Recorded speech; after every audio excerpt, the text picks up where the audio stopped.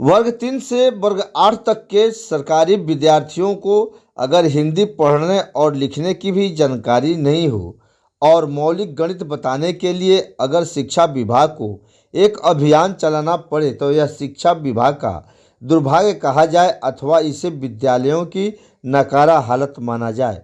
फिलहाल इस संदर्भ में हम कुछ नहीं कहते, क्योंकि जिस प्रदेश में शिक्षा को लेकर व्यापक मुहिम छेड़ा गया हो वहाँ 8वीं तक की कक्षा के छात्रों को उपरोक्त ज्ञान की जरूरत पड़ने लगे तो समझिए यह उन छात्रों और उनके अभिभावकों के लिए अभिशाप ही है। और वे जिन विद्यालयों में पढ़ते हैं वहाँ की शिक्षा व्यवस्था पर प्रश्न चिन्ह लगेगा अथवा नहीं, इसका निर्णय दर्शक खुद कर लेंगे। लेकिन शिक्षा विभाग के द्वारा वर्ग 3 से 8 तक के ऐसे बच्चों को चिन्हित कर उनके लिए एक विशेष दक्ष कार्यक्रम चलाया जाने वाला है, जो 1 दिसंबर से चलेगा। दक्ष शब्द सुनकर आपको लगता होगा कि वर्ग 8वीं के छात्रों के लिए यह अलग से कोई कार्यक्रम होगा जिसमें उन छात्रों को विशेष कौशल को लेकर दक्षता दिया जा रहा है। नहीं, ऐसी बात बिल्कुल भी नहीं है। यह कार्यक्रम उनको पढ़ने और लिखने को सिखाने को लेकर आयोजित हो रहा है।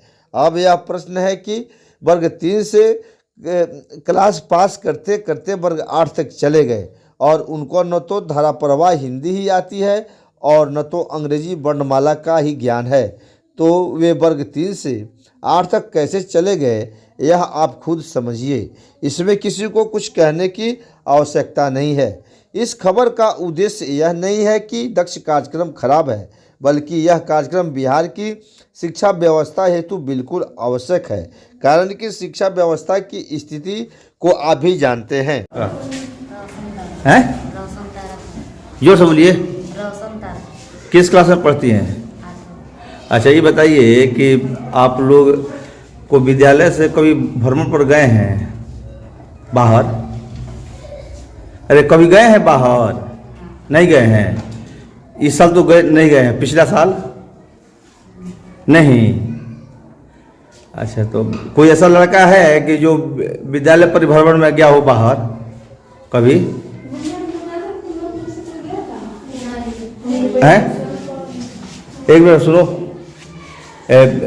जो शैक्षिक परिभ्रमण होता है विद्यालय में, कभी गया है बाहर?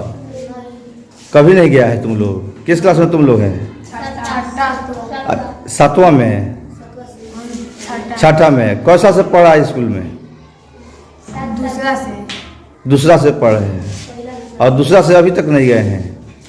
नहीं गए। कोई इसमें विद्यार्थी है जो बाहर गया है घूमने विद्यालय के बस से? कोई नहीं है। नहीं गए हैं ना? पिछले साल भी नहीं गए थे? 7वां में थे पिछले साल? हैं? अरे बोलो ना, पिछले साल 7वां में थी ना? हैं? पिछले साल 6ठा और 7वां में कौन थी पिछले साल? तुम। किस क्लास में है अभी? अरे अभी किस क्लास में है? 8वां का कोई नहीं है इसमें? 8वां में बस एकमात्र तुम ही है। कौन? अच्छा, तुम गई है कि नहीं शैक्षिक परिभ्रमण में कभी? आपको एक विद्यालय का साक्षात्कार कराने जा रहे हैं, जहां पर आप खुद देखिए बोर्ड पर यह 6ठी से 8वीं वर्ग की कक्षा है और इसमें किस विषय की पढ़ाई हो रही है। 6ठी से 8वीं तक की कक्षा के लिए क ख ग घ और ABCD की पढ़ाई हो रही है। गलत तरीके से मिली हुई डिग्री पर बहाली करके मास्टरों को बहाल कर दिया। इनका एक उद्देश्य था कि बिहार की शिक्षा नीति ही समाप्त हो जाए और इसी उद्देश्य को पूर्ति उन्होंने भरपूर किया है। ठीक है। और जब लड़के को पढ़ना नहीं आता है, जोड़ घाव गुना नहीं आता है, अंग्रेजी का वर्णमाला याद नहीं है और कोई विशेष किताब के बारे में जानकारी नहीं है, तो 8वां तक गया फिर। इनका कहना है किसी को फेल नहीं करना है। आपको यह जानकर आश्चर्य होगा कि बिहार में शिक्षा व्यवस्था और इसकी गुणवत्ता में सुधार को लेकर सरकार के द्वारा पानी की तरह पैसा बहाया जा रहा है और विद्यालय स्तर तक यह पैसा जाता है कि नहीं यह तो वे ही जानते हैं। लेकिन विद्यालयों की स्थिति आप जाकर देखेंगे तो आपको खुद आश्चर्य करना होगा। विद्यालयों में शिक्षा व्यवस्था की स्थिति बिल्कुल नकारा है और यह जान लीजिए कि दक्ष बनाने का यह जो कार्यक्रम सरकार के द्वारा चलाया जा रहा है, अगर यह नहीं चले तो बिल्कुल ही व्यवस्था ठप हो जाएगी। और इस कार्यक्रम के आयोजन के बाद भी अगर बच्चे पढ़ने और लिखने में दक्ष हो जाएं तो यह शिक्षा विभाग की एक उपलब्धि ही मानी जाएगी। बच्चों के मानसिक व बौद्धिक विकास को लेकर भी शैक्षिक परिभ्रमण कराए जाते हैं, लेकिन इनका हश्र क्या है आप इस खबर में देख रहे हैं। शिक्षकों की गुणवत्ता पर हमारा कोई प्रश्न चिन्ह नहीं है, कारण कि विद्यालयों में वैसे भी बच्चे हैं जिनको दक्ष कार्यक्रम की कोई आवश्यकता नहीं है, लेकिन अधिकांश बच्चे वैसे हैं कि जिनको इसकी विशेष ज़रूरत है और इसी विशेष ज़रूरत को देखते हुए बिहार सरकार के द्वारा दक्ष अभियान की शुरुआत की जा रही है, जो कि बिल्कुल बिहार की शिक्षा व्यवस्था को लेकर आवश्यक